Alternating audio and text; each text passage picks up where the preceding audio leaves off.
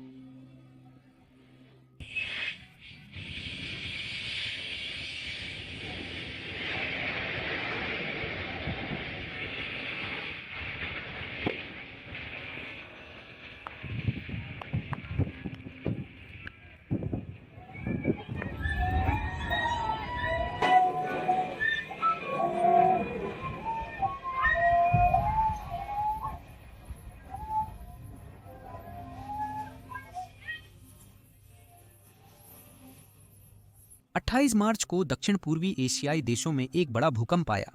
भूकंप का केंद्र म्यांमार में था, लेकिन पूरे दक्षिण पूर्वी एशिया में भूकंप के झटके महसूस किए गए।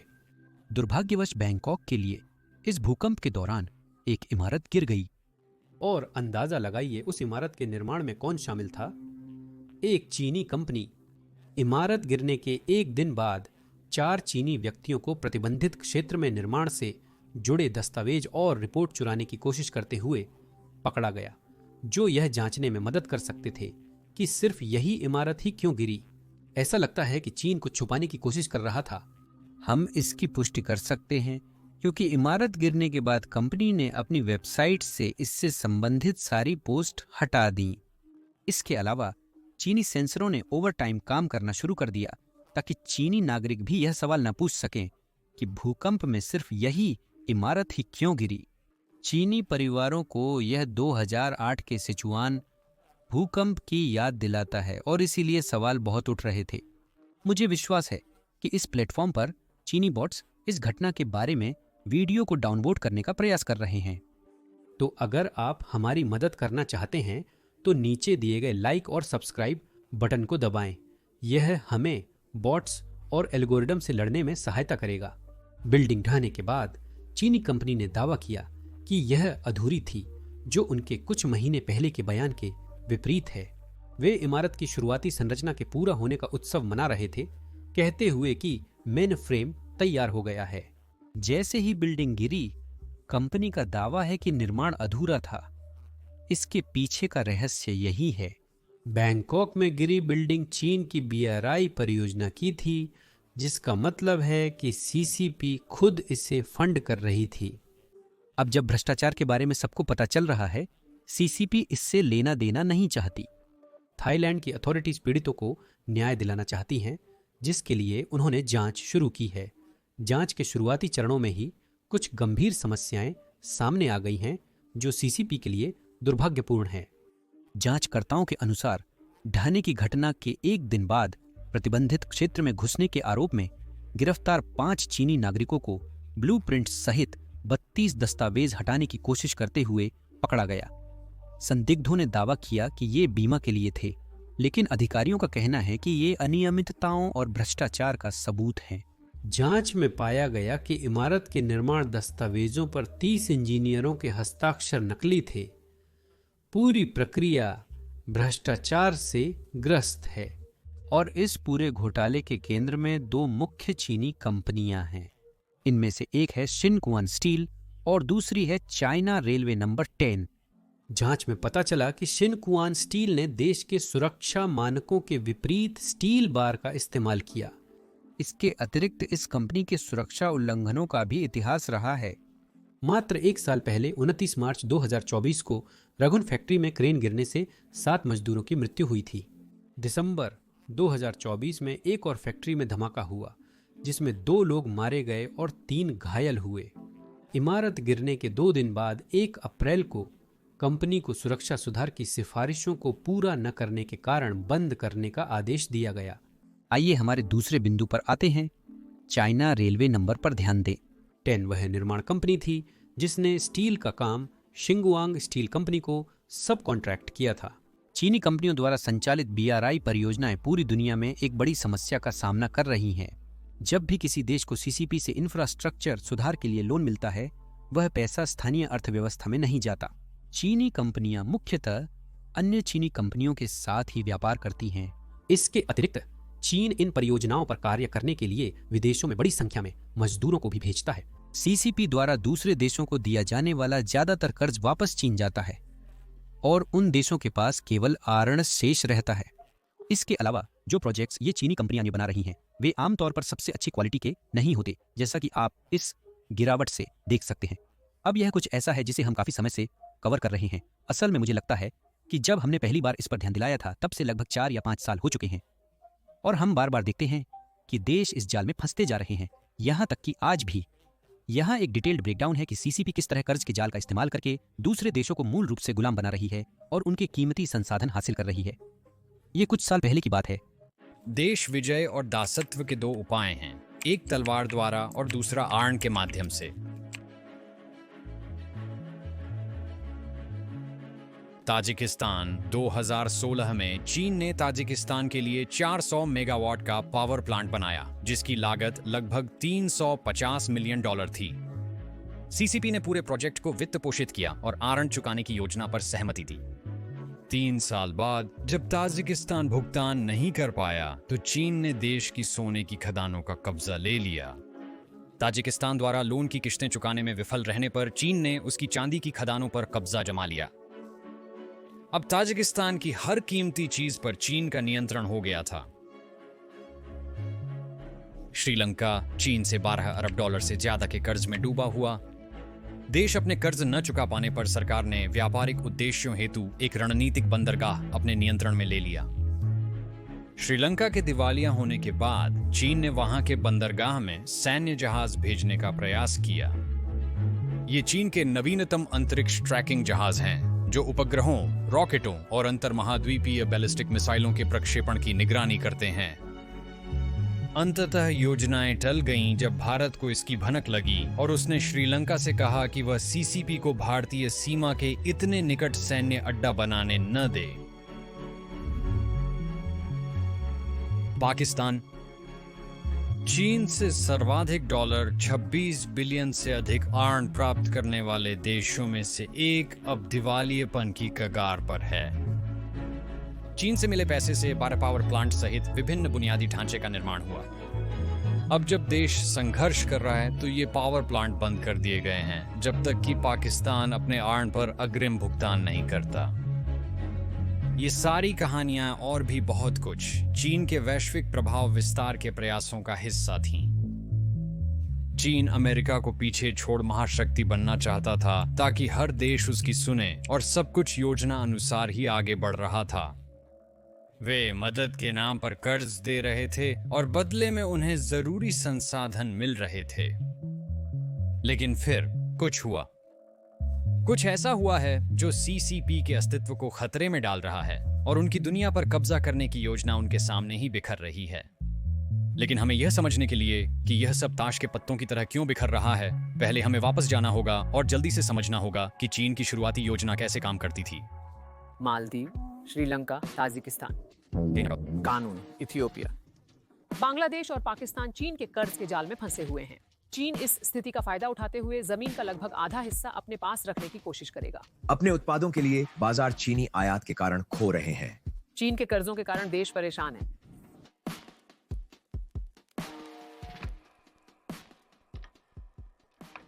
चलिए 2013 में पीछे चलते हैं। चीन दुनिया के सबसे तेजी से बढ़ने वाले देशों में से एक था। और इस समय यह सिर्फ दुनिया की मैन्युफैक्चरिंग के लिए एक फैक्ट्री से कहीं बड़ा बनता जा रहा था। ये एक शक्तिशाली और समृद्ध देश था, लेकिन भविष्य अंधकारमय था। विकास धीमा हो रहा था, चीन की युवा आबादी बूढ़ी हो रही थी और सीसीपी की एक बच्चा नीति ने भविष्य की जनसंख्या पर बड़ा असर डाला था। फिर भी कम्युनिस्ट सरकार ने विश्व में अपनी शक्ति विस्तार करने के प्रयासों को जारी रखा। शी जिनपिंग ने दुनिया में चीन के प्रभाव को बढ़ाने के लिए इतिहास की सबसे महत्वाकांक्षी परियोजना शुरू की। चीन गरीब देशों को मदद के नाम पर आरण देकर उन पर नियंत्रण पा लेता था जिनके पास कीमती संसाधन या रणनीतिक स्थान होते थे। अब आप पूछ सकते हैं, अच्छा अगर ये गरीब देश ये आरण वापस नहीं कर पाए तो क्या होगा? इस तरह चीन महत्वपूर्ण संसाधनों जैसे सोना, चांदी और तेल पर नियंत्रण पा जाता। ठीक है, अब मैं आगे बढ़ रहा हूं, हम थोड़ी देर में इस पर वापस आएंगे। अब कहानी पर लौटते हैं। शुरुआत में इस परियोजना को one belt and one road परियोजना कहा जाता था, पर कुछ देशों ने इस नाम one belt and one road पर सवाल उठाए। क्या ऐसा इसलिए है क्योंकि केवल चीन का नियंत्रण होगा? किसी भी गलतफहमी से बचने के लिए सीसीपी ने इसका नाम बदलकर बेल्ट एंड रोड इनिशिएटिव रख दिया और योजना शुरू हो गई। Belt and road initiative, belt and road initiative. तो belt and road initiative $1 trillion की परियोजना है जिसे चीन ने खुद को जोड़ने के लिए शुरू किया है। दक्षिण पूर्व एशिया, अफ्रीका और यूरोप भर में चीन ने दुनिया भर के देशों को अरबों डॉलर का कर्ज दे दिया है। उसने श्रीलंका को $12 अरब, पाकिस्तान को $26 अरब और ताजिकिस्तान को $3 अरब दिए हैं। कुल मिलाकर इसने 100 से ज्यादा देशों को लगभग $1 ट्रिलियन दिए हैं, जिनमें से ज्यादातर गरीब और संघर्ष कर रहे हैं। जब ये देश कर्ज चुकाने में नाकाम होते हैं तो चीन को उनके बहुमूल्य संसाधन मिल जाते हैं और वह अपना प्रभाव बढ़ा पाता है। ये पाकिस्तान में पावर प्लांट्स और रणनीतिक बंदरगाहों, ताजिकिस्तान में सोने चांदी की खदानों और श्रीलंका के प्रसिद्ध हम्बनटोटा बंदरगाह को नियंत्रित करता है, जिसे वह पिछले हफ्ते से सैन्य अड्डे के रूप में इस्तेमाल करने का प्रयास कर रहा है। हम इस विषय पर और चर्चा करेंगे, लेकिन पहले आप सोच रहे होंगे कि यदि इन देशों को चीन के वास्तविक इरादों का पता है तो वे आरण क्यों लेते हैं। डेव रैमसे के विचारों के विपरीत कर्ज हमेशा बुरा नहीं होता। अब जब आप पूरी अर्थव्यवस्था को देखते हैं तो चीजें बहुत जटिल हो जाती हैं। इसीलिए समझाने के लिए मैं एक बहुत ही साधारण उदाहरण लूंगा। मान लीजिए आप एक कार रेंटल कंपनी के प्रमुख हैं जिसके पास 3 कारें हैं। फिलहाल कारों को रेंट पर देने से आपकी मासिक आमदनी 1500 रुपये है। मान लीजिए कोई आपको लोन देता है ताकि आप चौथी कार खरीद सकें, जिससे आप $500 का मुनाफा कमा सकते हैं। जब तक आप लोन के पैसे से टोयोटा जैसी कार खरीदते हैं जिसकी मासिक किस्त $500 से कम है, तब तक यह आपके लिए फायदेमंद बिजनेस है क्योंकि कार लोन की किस्त से ज्यादा कमाएगी। मान लीजिए आप मर्सिडीज जैसी कार खरीदते हैं जिसकी मासिक किस्त $500 से अधिक है। कार व्यवसाय के लिए अच्छी दिखती है, लेकिन यह वास्तव में सही निर्णय नहीं है। अब आप लोन लेने से पहले की तुलना में भी खराब स्थिति में हैं। आपका मुनाफा कम हो जाएगा क्योंकि अब आपको दूसरी कारों से होने वाले मुनाफे का इस्तेमाल मर्सिडीज के लोन चुकाने में करना होगा। किसी देश की अर्थव्यवस्था इस उदाहरण से कहीं अधिक जटिल होती है, लेकिन मूल सिद्धांत काफी समान होते हैं। लोन से बने प्रोजेक्ट को तब तक एक अच्छा सौदा माना जाएगा जब तक उससे जीडीपी वृद्धि लोन लागत से अधिक है। लेकिन अगर लोन वाला प्रोजेक्ट लाभकारी नहीं होता तो यह विकासशील देशों के लिए बुरा साबित होता है क्योंकि इससे उनकी अर्थव्यवस्था पीछे जाती है।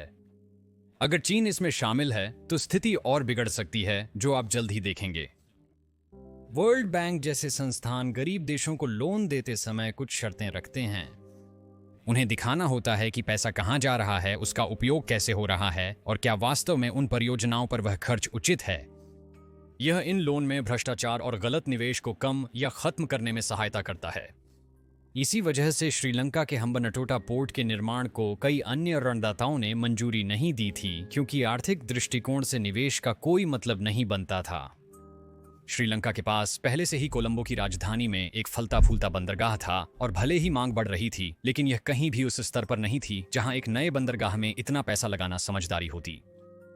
चीन ने श्रीलंका को उधार देते समय बंदरगाह की व्यवहार्यता पर ज्यादा ध्यान नहीं दिया।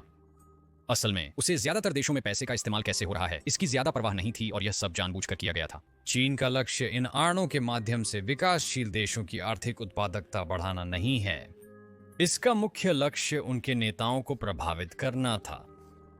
ऐसे नेता जिनके पास देश में निर्णय लेने की शक्ति है, जो जनता की राय को चीन के पक्ष में मोड़ और अंतर्राष्ट्रीय मंच पर चीन के एजेंडा को आगे बढ़ा सकते हैं। चीन बिना किसी निगरानी के बस आड़ दे देता था।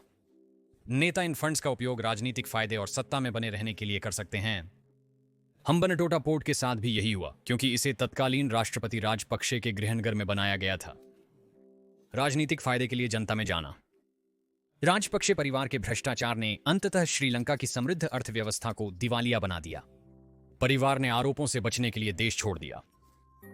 हालांकि जब तक राजनेता चीन से नजदीकी बढ़ा रहे हैं, सीसीपी को राणों के इस्तेमाल की परवाह नहीं है।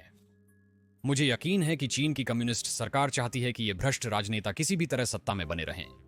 अब कई देश समझ रहे हैं कि BRI आरण वास्तव में बहुत हानिकारक हैं। कुछ महीने पहले सर्बिया में एक नई रेलवे स्टेशन ढह गई थी, जिसमें 15 लोगों की मौत हो गई थी। हमने इस घटना को इस चैनल पर कवर किया था। इस बार भूकंप नहीं आया था, वह चीज अपने आप ही ढह गई थी। रिपोर्ट्स आए कि यह BRI प्रोजेक्ट था और एक चीनी कंपनी भी इसमें शामिल थी। इससे सर्बियाई जनता ने और पारदर्शिता की मांग की, सरकार से रिपोर्ट जारी करने को कहा कि किससे और कितना भुगतान किया गया। सरकार ऐसा करने से मना कर रही है और इसके कारण भी स्पष्ट हैं। तीसरे पक्ष की जांच के अनुसार अनुमान है कि इस रेलवे स्टेशन के लिए लगभग 64 मिलियन यूरो का भुगतान किया गया था, और वह भी सिर्फ नवीनीकरण के लिए। मेरी रिसर्च के अनुसार इतनी रकम में कई रेलवे स्टेशन का निर्माण किया जा सकता था, परंतु इस प्रकरण में पूरी राशि केवल एक चीनी कंपनी को एक वर्तमान स्टेशन के नवीनीकरण हेतु प्रदान की गई थी। मैं वित्तीय विशेषज्ञ नहीं हूं, लेकिन ऐसा लगता है कि यहां किसी ने अपनी जेब भर ली और इसीलिए सर्बियाई सरकार ये दस्तावेज सार्वजनिक करने से बच रही है। स्पष्ट है कि BRI वैसा नहीं निकला जैसा शी जिनपिंग ने 2013 में इस परियोजना की शुरुआत करते समय उम्मीद की थी, और अब ऐसा लग रहा है कि यह उनके लिए उल्टा पड़ रहा है, क्योंकि इस समय चीन को पहले से कहीं ज्यादा अन्य सहयोगियों की जरूरत है, क्योंकि उसे अब समझ आ रहा है कि अमेरिका क्या कर रहा है। अमेरिका दूसरे देशों को चीन या संयुक्त राज्य अमेरिका में से किसी एक को चुनने के लिए मजबूर कर रहा है, और हर देश अपने स्वार्थ के कारण अमेरिका को ही चुनेगा, क्योंकि वे हमारे अमेरिकी बाजारों तक पहुंच चाहते हैं। चीन हमारे मध्यम वर्ग तक पहुंचना चाहता है, जो खर्च करना पसंद करते हैं, इसीलिए वे अमेरिका के साथ टैरिफ पर बातचीत को तैयार हैं। इस बातचीत की एक साधारण शर्त है, आप चीन को अमेरिकी टैरिफ से बचने में सहायता नहीं दे सकते, जैसा 2018-2019 में हुआ था। ऐसा लगता है कि हमने यह बात कई बार कह दी है, लेकिन चीन को अपना व्यापार घाटा दूसरे देशों के जरिए छिपाना पसंद है। चीन के 15% निर्यात अमेरिका में आता है, परंतु ये दूसरे देशों या टिमू और जिन के माध्यम से आते हैं, जो हमारे टैक्स कोड की खामियों का लाभ उठाते हैं। अब अमेरिका न केवल चीन के साथ प्रत्यक्ष व्यापार पर, बल्कि उन अप्रत्यक्ष मार्गों पर भी कार्रवाई करने का प्रयास कर रहा है जिनका चीन उपयोग करता रहा है। इसलिए चीन अधिक से अधिक देशों को अपने पक्ष में लाने का प्रयास कर रहा है। BRI के कारण देशों को एहसास हुआ है कि चीन का साथ देना उनके हित में नहीं है, और चीन अलग थलग पड़ गया प्रतीत होता है। वैश्विक स्तर पर चीन का विवादास्पद वर्चस्व अब डांवाडोल हो रहा है। दशकों तक दुनिया पूर्वी महाशक्ति का सामना करने से डरती रही, क्योंकि उसे विश्व अर्थव्यवस्थाओं पर पड़ने वाले असर का डर था। डोनाल्ड ट्रंप ने हाल ही में ऐसा किया है और परिणाम आश्चर्यजनक हैं। दुनिया भर के देशों ने चीन के साथ खड़े होने के बजाय अमेरिका के साथ बातचीत करना पसंद किया, जिससे चीन अलग थलग पड़ गया है। लोग थोड़े से अनुशासन से बाहर जा रहे थे, वे थोड़े घबराए हुए थे, आप जानते हैं, थोड़ा घबराए हुए, थोड़ा डर रहे थे। इन चैंपियनों की तरह नहीं, क्योंकि हमारे पास करने के लिए एक बड़ा काम है। मैं अन्य राष्ट्रपतियों की तुलना में अनोखा कदम उठा रहा हूँ। मुझे राष्ट्रपतियों के बारे में अच्छी जानकारी है और वे ऐसा नहीं करते। यह करना जरूरी था। हमारे साथ व्यापार में जो हो रहा था, न सिर्फ चीन के साथ, बल्कि चीन अब तक का सबसे बड़ा शोषक था और दूसरे भी थे, लेकिन यह करना आवश्यक था। उन्हें इसे रोकना पड़ा क्योंकि यह टिकाऊ नहीं था। पिछले वर्ष चीन ने अमेरिका के साथ व्यापार से $1 ट्रिलियन अर्जित किए, जो उचित नहीं है। दुनिया के समर्थन के बिना चीन एक नए आर्थिक संघर्ष के युग में प्रवेश कर सकता है। मेरा मानना है कि चीन को जल्द ही वार्ता के लिए आना होगा, क्योंकि उसकी अर्थव्यवस्था अमेरिका और पश्चिमी देशों को निर्यात पर पूरी तरह निर्भर है। चीन ने विश्व व्यापार संगठन में प्रवेश के बाद से अपनी पूरी औद्योगिक रणनीति इसी पर बनाई है कि वह भारी सब्सिडी वाले, मुद्रा में हेरफेर किए गए, डंप किए गए सामानों को अमेरिकी बाजारों में बेच सके। यह चीन की एक औद्योगिक रणनीति है कि वह रणनीतिक रूप से उत्पादों को डंप करे ताकि अमेरिकी स्टील, अमेरिकी एल्यूमिनियम और अमेरिका के मुख्य रक्षा उद्योगों और रक्षा आवश्यकताओं को खत्म किया जा सके, जिससे हम चीन पर निर्भर हो जाएं। और यहां जो हो रहा है वह यह है कि चीन अब पहली बार यह देख रहा है कि उसे एक ऐसे अमेरिकी राष्ट्रपति का सामना करना पड़ा है जिसे डराया नहीं जा सकता, जिसे धमकाया नहीं जा सकता, जिसे मजबूर नहीं किया जा सकता, जो हमारी आवश्यक सुरक्षा जरूरतों के लिए डटकर खड़ा रहेगा।